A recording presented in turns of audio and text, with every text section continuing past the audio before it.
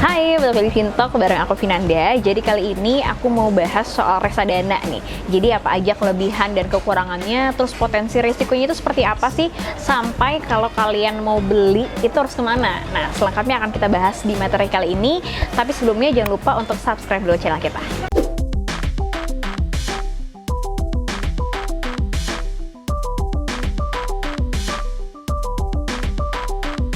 Jadi reksadana itu adalah produk keuangan di mana para investornya gitu, misalkan kalian sebagai investor itu akan mengumpulkan dana kalian menjadi satu.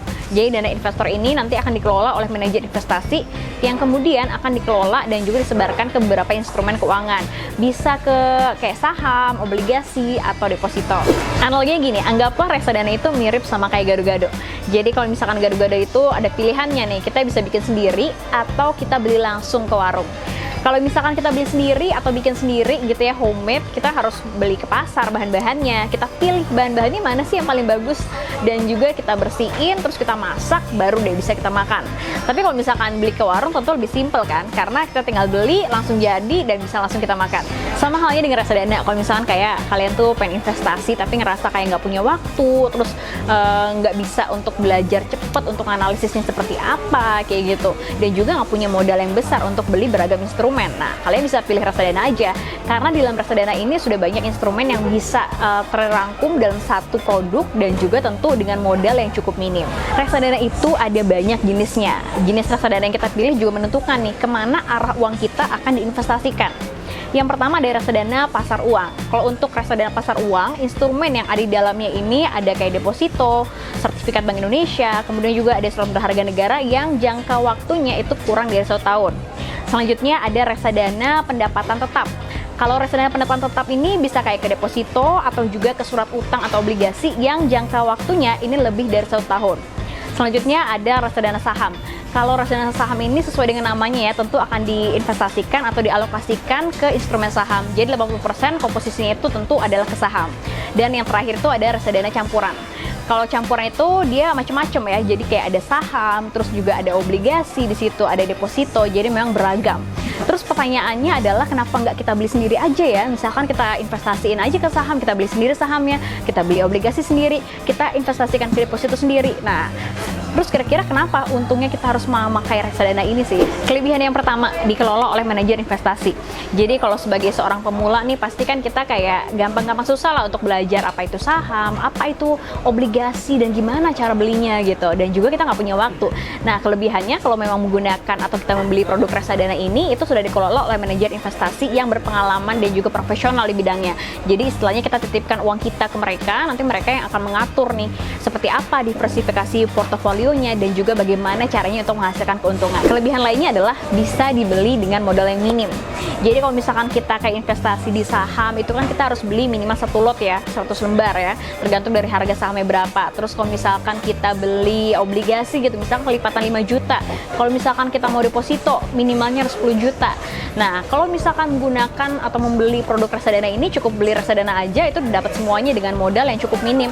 Minimal 100.000 aja itu udah bisa. Tapi setahu aku kayaknya sekarang semakin berkembang juga, jadi udah banyak produk reksadana yang bahkan bisa dibeli mulai dari 10.000. Kalau misalkan kalian punya saran atau misalkan kalian tahu apa aja sih produk reksadana yang murah, kalian bisa share juga ya di kolom komentar. Terus selanjutnya juga kalau misalkan kita menggunakan atau membeli produk reksadana ini, dia cukup liquid, jadi bisa dijual kapan aja produknya. Jadi cukup mudah, simple, dan juga kalau misalkan kita butuh bisa kita cairin. Karena kalau misalkan kita bandingin sama deposito itu minimal harus setahun, terus kalau misalkan kita surat utang itu minimalnya 2 tahun. Tapi ada juga nih kekurangannya. Jadi jangan lupa kalau misalkan kita beli produk reksadana itu juga ada fee yang dikenakan untuk manajer investasi. Fee-nya ada 2 kali nih. Pas transaksi kita dikenakan 1-3% kisarannya. Terus kalau misalkan kita ngelakuin jual atau kita jual produk reksadananya, itu juga akan ada fee sekitar 0,5-1%. Selanjutnya juga jangan lupa untuk memperhatikan bagaimana kinerja manajer investasi, karena bisa aja kinerjanya juga buruk. Kalau misalkan manajer investasi itu bisa aja nih ternyata dia itu nggak menghasilkan performa atau keuntungan sesuai yang kita inginkan, jadi nggak cuan istilahnya.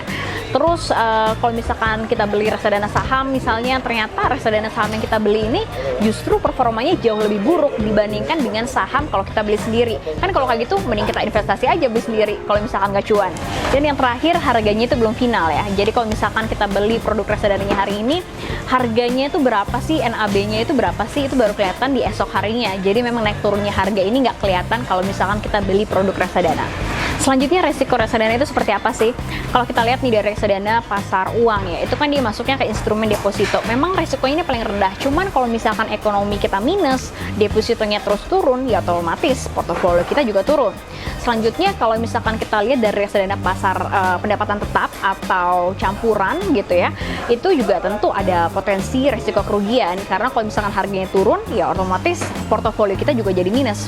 Terus reksadana saham nih, reksadana saham juga itu tentu memang dia tuh nggak jauh-jauh sih ya mengacu pada pergerakan IISG. Tapi kalau misalkan kita salah timing dan juga manajer investasi kinerjanya buruk, ya tentu aja portofolio kita juga akan terus tergerus dan kita nggak akan pernah untung. Dan reksadana saham ini yang paling banyak banget janjian sama orang-orang, kalau misalkan kita investasi reksadana kita bisa dapat keuntungan 20% per tahun. Tapi yang salah adalah, sering dilupa itu adalah kalau misalkan ada juga loh resiko kerugiannya.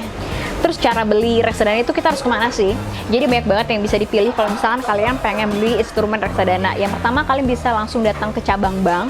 Jadi nanti kalian tinggal menghubungi CS-nya yang ada di sana, nanti akan dipandu untuk mengisi formulir dan juga bagaimana cara untuk melakukan pembelian reksadana.